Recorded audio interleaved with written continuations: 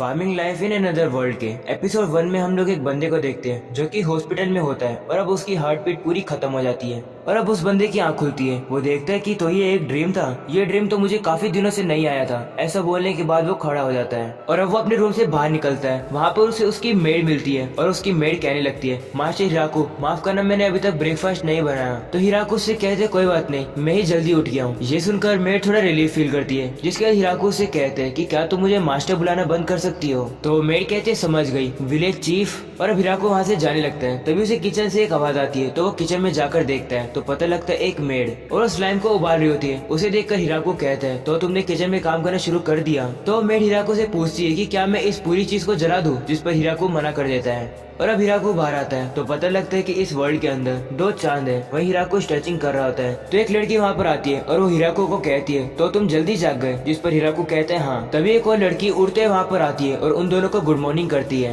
और अब वो दोनों लड़की एक दूसरे से बात कर रही होती है। तभी हिराकू थोड़ा खोया खोया लग रहा होता है तो वो लड़की हिराकू को कहती है कोई दिक्कत है क्या हम तुम्हारी कोई हेल्प कर सकते हैं। तो हिराकू ने कहते हैं कि कोई दिक्कत तो नहीं है, लेकिन वही सपना मुझे कल रात भी आया था और क्या पता वो सपना ना हो, वो मेरी पास्ट की मेमोरी भी हो सकती है। जिसके बाद हमें इस विलेज के अंदर कुछ 20 बच्चों को खेलते हुए दिखाया गया है और हमें दिखाया गया कि किस तरीके से डिफरेंट स्पीसीज यहाँ पर फार्मिंग कर रही है और थोड़ा बहुत और भी काम कर रही है। और अब उन सभी लोगों को देखकर हिराकू मन में कहने लगता है कि जब मैं इस वर्ल्ड में आया था मैंने कभी भी इमेजिन नहीं किया था कि मैं ये सब कर पाऊंगा। ये मेरे लिए सपने की तरह है, इतनी मजेदार लाइफ जीना। और अब हमें दिखाया जाता है कि हिराकू इस वर्ल्ड में आया कैसे। वो मर जाता है और उसकी सोल गॉड के पास पहुंचती है। गॉड हिराकू से कहने लगता है कि तुम इस वर्ल्ड में 39 ईयर्स रहे हो और तुम्हारी लाइफ में काफी दुखद चीजें हुई है।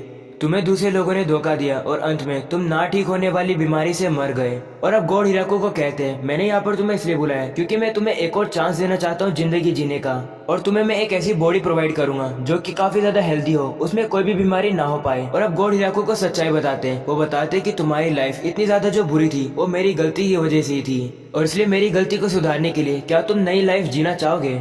हिराकू थोड़ा सोचता है और गॉड को हाँ कर देता है। और अब गॉड कहने लगते हैं कि क्या तुम्हारी कोई रिक्वेस्ट है, तुम जैसी लाइफ जीना चाहते हो मैं तुम्हें वैसी ही लाइफ दूंगा। तो हिराकू थोड़ा सोचता है और कहता है हाँ मुझे फार्मिंग करनी है। तो गॉड पूछते फार्मिंग क्यों, जिस पर हिराकू कहता है जब मैं हॉस्पिटल में बेड में पड़ा रहता था तब मैं एक टीवी शो देखा करता था फार्मिंग का, लेकिन मेरी हेल्थ खराब होने के कारण मैं फार्मिंग नहीं कर पाया, इसलिए मैं फार्मिंग ट्राई करना चाहता हूँ। और मैं चाहता हूँ कि तुम मुझे एक ऐसी जगह दो जो कि सिविलाइजेशन से दूर हो ताकि मैं शांति से काम कर सकूं। तो गॉड कहते हैं ऐसा मैं कर तो सकता हूँ, लेकिन एक बार मुझे एग्रीकल्चर वाले गॉड से बात करनी होगी। और अब वो उन गॉड से बात करते हैं और एग्रीकल्चर वाले गॉड की परमिशन ले लेते हैं, जिसके बाद हिराकू को कहने लगते हैं कि मैं तुम्हें एक हेल्दी बॉडी के साथ नई जिंदगी देता हूँ, साथ साथ मैं तुम्हें एक ओमनीमेंट फार्मिंग टूल का पावर देता हूँ। ऐसा बोलने के बाद वो हिराकू की सोल के ऊपर टच करते हैं और अब कहते हैं अपनी नई जिंदगी को एंजॉय करना। और अब हिराकू की आंख खुलती है एक जंगल के अंदर, जहाँ पर वो देखता है कि वो अपनी बॉडी को फील कर पा रहा होता है और हिला पा रहा होता है। हिराकू खुश होता है कि वो खड़ा हो पा रहा है क्योंकि पिछली जिंदगी में वो काफी लंबे समय से खड़ा नहीं हुआ था। हिराकू कहने लगता है अब जब मैं जिंदा हो चुका हूँ मैं फार्मिंग कर पाऊंगा, जो मैं काफी समय से करना चाहता था। और अब हिराकू देखता है कि यहाँ पर तो सिर्फ पेड़ ही पेड़ है। वो कहने लगता है कि मैंने कहा तो था कि मुझे सिविलाइजेशन नहीं चाहिए, लेकिन इतना भी नहीं कहा था कि यहाँ पर लोग ही ना आए। और अब वो अपने कपड़े देखता है, उसे अपने कपड़े एक गेम के विलेजर की तरह लग रहे हैं। हिराकू कहने लगता है कि मैं यंग बन चुका हूँ। और अब वो कहता है कि एक मिनट, मेरे पास तो ऑर्नामेंट फार्मिंग स्किल थी ना, मैं इसको टेस्ट करता हूँ। और अब वो अपने पावर का यूज करता है जिससे कि उसके हाथ में एक टूल आ जाता है और अब वो जमीन में खोदना शुरू करता है। वो नोटिस करता है कि वो जितना भी जमीन में खोदे वो थक ही नहीं रहा है, चाहे जमीन कितनी भी ज्यादा सख्त हो, और जो सॉइल है वो काफी ज्यादा फ्लफी है, तो इसमें वेजिटेबल काफी अच्छे से उगेंगी। और अब हिराकू कहने लगता है कि मुझे पानी और खाने का इंतजाम करना होगा। और अब हिराकू रिवर की आवाज सुनने की कोशिश करता है, लेकिन उसे दूर दूर तक सिर्फ पत्तियों की आवाज आ रही होती है। तभी उसे एक आवाज आती है और उसे लगता है कि पीछे से कोई गया है। और अब हिराकू कहता है कि ये एक ऐसी जगह है जहाँ पर डेंजरस मॉन्स्टर आ सकते हैं, इसलिए मुझे सबसे पहले रहने का कुछ बंदोबस्त करना होगा। और अब हिराकू थोड़ा आगे चलता है तो उसे एक काफी बड़ा पेड़ दिखता है। उसे देखकर हिराकू कहता है कि एक अच्छा चेक पॉइंट है, अभी के लिए मैं यहीं पर रह लेता हूँ। और अब हिराकू इस एरिया को थोड़ा खोजना शुरू करता है, लेकिन अभी भी उसे कोई रिवर नहीं मिलती है। जिसके बाद हिराकू 2 डंडी उठा लेता है और कहता है और कोई भी चॉइस नहीं है, मुझे एक कुआं खोदना पड़ेगा। थोड़ा ढूंढने के बाद हिराकू को पानी नहीं मिलता है, इसलिए वो उन डंडियों को गुस्से में फेंक देता है और अब वो अपने पावर का यूज करके एक शवल बना लेता है। हिराकू कहता है कि मैं अपने ओमनीमेंट पावर स्किल से किसी भी टूल को बना सकता हूँ, लेकिन वो कोई भी कॉम्प्लिकेटेड मशीन नहीं बना सकता है। जिसके बाद हिराको कहता है कि मैं थक ही नहीं रहा हूँ, अगर मैं इसी तरीके से खोदता रहूंगा तो मैं पानी जरूर ढूंढूंगा। और अब थोड़ा नीचे जाने के बाद हिराको को पानी मिल जाता है। उसे देखकर हिराको कहता है मुझे पानी इतनी जल्दी मिल गया, लगता है गॉड ने मेरी हेल्प करी है। और अब पानी कलेक्ट करने के बाद हिराको खाना कलेक्ट करने की सोचता है। हिराको नोटिस करता है कि उसे तो भूख ही नहीं लग रही है। वो सोचता है कि क्या ये भी ओमनीमेंट फार्मिंग टूल की पावर है। और अब हिराको थोड़ा प्रॉपर बेस बनाने के लिए उस एरिया को क्लीन कर देता है। जिसके बाद हिराको एक पेड़ के पास आता है जो कि उसके रास्ते के बीच में आ रहा है। हिराको सोचता है कि मैं इसे अपनी एक्स से काट देता हूँ। हिराको कहता है कि सबसे पहले पेड़ को मैं इस साइड से काटूंगा, उसके बाद दूसरी साइड से, जिससे कि पेड़ अपोजिट डायरेक्शन में गिरे। और अब हिराको ऐसे ही करने का ट्राई करता है। वो सबसे पहले पेड़ को दूसरी साइड से काटता है, लेकिन वो कुछ ज्यादा ताकत लगाता है जिससे कि वो पेड़ उसी के ऊपर गिरने लगता है। और अब जैसे तैसे करके हिराको बच जाता है। और अब वो हंसने लगता है और कहता है मुझे लगा ही था ऐसा ही होने वाला है। जिसके बाद वो एक हैचेट के जरिए पेड़ की कठोर लकड़ी को काफी इजीली से काट देता है। और अब वो एक हुक के जरिए पेड़ को खींचने लगता है। हिराको कहता है ये टूल तो नहीं है, लेकिन जिस चीज को भी मैं इमेजिन करता हूँ ओमनीमेंट फार्मिंग टूल वही टूल मेरे को बना के दे देता है। और अब काफी सारी लकड़ियां काट कर हिराको सोचता है कि मैं अपना घर कैसे बनाऊं, मेरे पास तो कोई कील वगैरह है ही नहीं। तभी हिराको नोटिस करता है कि एक सेकंड, ये तो शाम हो गई। ये देखकर वो काफी डर जाता है क्योंकि अगर सूरज जल गया तो काफी अंधेरा हो जाएगा। और अब हिराको कहता है मुझे लाइट ढूंढनी पड़ेगी। हिराको अपने पावर से एक लैंप या फिर माचिस बुलाने की कोशिश करता है, लेकिन कुछ भी नहीं होता है। हिराको सोचता है कि अगर मैं माचिस बनाऊंगा और अगर वो खत्म हो गई तो मैं अपने टूल को खो बैठूंगा। इसलिए वो एक मैग्नीफाइंग ग्लास को मंगाता है और कहता है इससे मैं आग को शुरू कर पाऊंगा। लेकिन अब काफी रात हो चुकी है, आग नहीं चल पाती है। और अब हिराको पेड़ के अंदर एक जगह बनाकर उसके अंदर एक टेम्परेरी शेल्टर में रह रहा है। वहीं पर वो चीजल से कुछ प्लेट वगैरह बनाने की कोशिश करता है। हिराको कहता है कि मुझे लगा कि मैं रात में कुछ देख नहीं पाऊंगा, लेकिन मैं काफी सरप्राइज हूँ कि मैं देख पा रहा हूँ। लगता है गॉड ने जो मुझे हेल्दी बॉडी दी है ये इसका कमाल है। और अब हिराको चांद को देखकर कहता है कि सही में मैं दूसरे वर्ल्ड में आ गया हूँ। और अब सुबह हो जाती है। हिराको सबसे पहले उठकर पानी पीता है। पानी का टेस्ट उसे ठीक ठाक लगता है। और अब उसे याद आता है कि उसे तो आग लगानी थी, तो वो मैग्नीफाइंग ग्लास के जरिए जाकर जल्दी से आग बना देता है। और अब बाकी के समय में वो एरिया क्लीन करने लगता है जिससे कि वो फील्ड बना सके। काफी सारा काम करने के बाद हिराको की काफी एनर्जी लगती है। वो कहता है अब मुझे हल्की सी भूख लगनी शुरू हो गई है, लगता है मुझे अपनी पॉलिसी चेंज करनी होगी और खाना ढूंढना होगा। तभी हिराको को एक आवाज आती है। वो पीछे मुड़ता है तो उसे पता लगता है कि एक रैबिट जैसा मॉन्स्टर उसके ऊपर अटैक करने आ रहा है। हिराको डर जाता है और वो जल्दी से अपने टूल को उस मॉन्स्टर के ऊपर मारता है जिससे कि वो मर जाता है। और अब हिराको का आज के खाने का बंदोबस्त हो चुका है।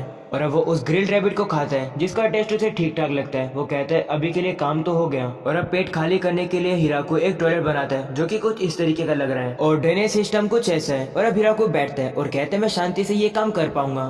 थोड़ी देर बाद वो कहता है नहीं मैं नहीं कर सकता हूँ। और अब वो उस टॉयलेट के चारों ओर एक दीवार बनाता है जिससे कि वो आराम से अपने काम को पूरा कर पाएगा। और अब हिराको वापस से फील्ड पर काम करना शुरू करता है। वो सोचता है कि मैं यहाँ पर कौन सी वेजिटेबल्स उगाऊं। आलू, टमाटर, प्याज या फिर खीरा सभी काफी ज्यादा अच्छे हैं। और अब हिराको को काम करने में इतना ज्यादा फोकस होता है कि वो काफी ज्यादा एरिया को खोद देता है। और अब शाम हो जाती है। हिराको कहने लगता है कि मैं जगह तो बना दी, लेकिन मेरे पास तो कोई सीढ़ी नहीं है जिससे कि मैं वेजिटेबल्स ग्रो कर सकूं। तो हिराको कहता है कि मुझे कल फॉरेस्ट में जाना पड़ेगा सीड्स को कलेक्ट करने के लिए। ऐसा बोलने के बाद वो सोने चला जाता है। और अब सुबह जैसे ही हिराको बाहर आता है वो ये देखकर काफी ज्यादा हैरान हो जाता है क्योंकि जहाँ पर उसने गड्ढा खोदा होता है वहाँ पर प्लांट आने शुरू हो चुके हैं। हिराको सोचते है कि क्या इस दुनिया के अंदर प्लांट बिना सीड के ग्रोथ है या फिर मेरी ये ओमनीमेंट फार्मिंग टूल का कमाल है। चाहे कुछ भी हो, प्लांट उगना तो शुरू हो गए हैं। और अब मेरा फर्ज बनता है कि मैं इस फील्ड को जाइंट रैबिट या फिर किसी भी मॉन्स्टर से प्रोटेक्ट करके रखूं। और अब अगले सीन में हम लोग देखते हिराको कुछ दिन लगाकर उस फील्ड के चारों ओर फेंसेस लगा देता है जिससे कि मॉन्स्टर वहां पर ना आ पाए। और प्लांट्स को अच्छा पानी मिलने के बाद वो काफी अच्छा ग्रो कर रहे हैं। और अब हिराको थोड़े और कुछ दिन लगा के अपने लिए एक हट बना लेता है। उसको छत बनाने में थोड़ी दिक्कत आती है, लेकिन जैसे तैसे करके वो छत को भी कंप्लीट कर देता है। थोड़े दिन भी जाते हैं। हिराको अपनी जिंदगी को एंजॉय कर रहा होता है। तभी उसकी नजर बाहर कुछ डॉग पर जाती है। वो उन्हें देखता है कि इनको तो चोट लगी हुई है। वो कहने लगता है कि देख कर नहीं लगता कि मेरे ऊपर अटैक करने वाले हैं, इसलिए वो उन डॉगी के लिए रास्ता बनाता है और उन्हें अंदर बुलाता है। अंदर लाने के बाद हिराको उन दोनों को मीट खिलाता है जो कि हिराको को बोर को मारने के बाद मिला था। और अब हिराको कहने लगता है कि मैं बचपन से चाहता था कि मेरे पास डॉग हो। फार्मर के लिए डॉग काफी ज्यादा अच्छे होते हैं और मैं काफी खुश हूँ कि ये दोनों मेरे साथ रहे। तो तभी अचानक से वो फीमेल डॉग की तबीयत खराब हो जाती है। इसके कारण से वो मेल डॉग हिराको के ऊपर गुस्सा हो जाता है। हिराको सोचते कि क्या ये फीमेल डॉग बच्चों को जन्म देने वाली है, इसलिए हिराको उन दोनों को अपने हट के अंदर लेके आता है ताकि वो लोग सेफ रहे। हिराको सोचने लगता है कि डिलीवरी कब होने वाली है, क्या मैं इसके लिए पानी लेकर आऊँ। हिराको थोड़ा पैनिक होने लगता है, लेकिन वो एक डिसीजन ले लेता है और पता लगता है रात में हिराको अलग बैठा होता है। वो कहने लगता है मुझे जो हुआ मैंने किया, इसलिए मैं यहाँ पर आ गया हूँ क्योंकि ह्यूमन को वहाँ पर नहीं रहना चाहिए। और अब अगला दिन हो जाता है। हिराको की आँख खुलती है। वो देखता है कि वो तो सो गया था, जिसके बाद वो जल्दी से उस हट में जाकर देखता है। वो अंदर देखकर काफी खुश हो जाता है क्योंकि सब कुछ अच्छे से गया और वहाँ पर काफी सारे पपीज होते हैं। और इस खुशी को सेलिब्रेट करने के लिए हिराको उन दोनों को मीट दे देता है। और अब थोड़े और दिन भी जाते हैं। हिराको कहने लगता है कि मुझे लगा कि ये डॉग चले जाएंगे, लेकिन ये लोग यहीं पर एंजॉय कर रहे हैं, इसलिए इन लोगों ने डिसाइड किया है कि ये यहीं पर रहेंगे। और ये लोग मेरी हट के अंदर रह रहे थे और इन लोगों को हट से बाहर निकालना मुझे अच्छा नहीं लग रहा था, इसलिए मैंने लिए खुद के लिए एक और नई हट बना ली। और पिछली वाली हट के कंपेयर में ये वाली हट काफी ज्यादा इम्प्रूव है। जिसके बाद हिराको बताता है कि हार्वेस्टिंग का समय हो गया है। सबसे पहले हिराको टमाटर के फील्ड पर जाकर उन्हें हार्वेस्ट करता है और उसे चक्कर देखता है, जो कि उसे काफी टेस्टी लगते हैं। और अब हिराको बताता है कि डॉग गेम के लिए हंटिंग करते रहते हैं, इससे मेरा भी काम बन जाता है और साथ ही वो पेट्रोलिंग करने में भी मदद करते हैं। हिराको ने मेल डॉग का नाम कुरो रखा है, फीमेल डॉग का नाम यूकी और बच्चों का नाम कुरोची, कुरोनी, कुरोसान एंड कुरोयोन। हिराको ने वेजिटेबल्स खिलाता है। हिराको कहने लगता है कि मुझे लगा नहीं था कि ये वेजिटेबल्स खाएंगे, लेकिन ये वेजिटेबल्स को खुशी खुशी खाते हैं और इनकी खुशी देखकर मेरा और मन करता है कि मैंने और ज्यादा डिलीशियस वेजिटेबल्स खिलाऊं। हिराको कहता है कि हार्वेस्ट करने का समय हो गया और मुझे एक स्टोरेज हट भी बनाना पड़ेगा ताकि मैं सभी वेजिटेबल्स को स्टोर कर पाऊं। साथ ही साथ मुझे फर्नीचर, टूल्स बनाने हैं और भी ज्यादा चीजें करनी हैं। मैं अपना बेस्ट दूंगा, लेकिन धीरे धीरे और शांति से। और अब एपिसोड की एंडिंग में एक बंदा एक लड़की से कह रहा होता है कि क्या तुम माउंटेन्स पे जाने वाली हो? तुम पागल हो गई हो क्या? तुमने फॉरेस्ट ऑफ डेथ का नाम नहीं सुना क्या? वो जगह मॉन्स्टर से भरी हुई है। ये सुनकर वो लड़की कहती है इसी वजह से तो मैं वहाँ पर जा रही हूँ। और यहीं पर हो जाता है एपिसोड खत्म। पसंद है तो लाइक करना, सब्सक्राइब करना।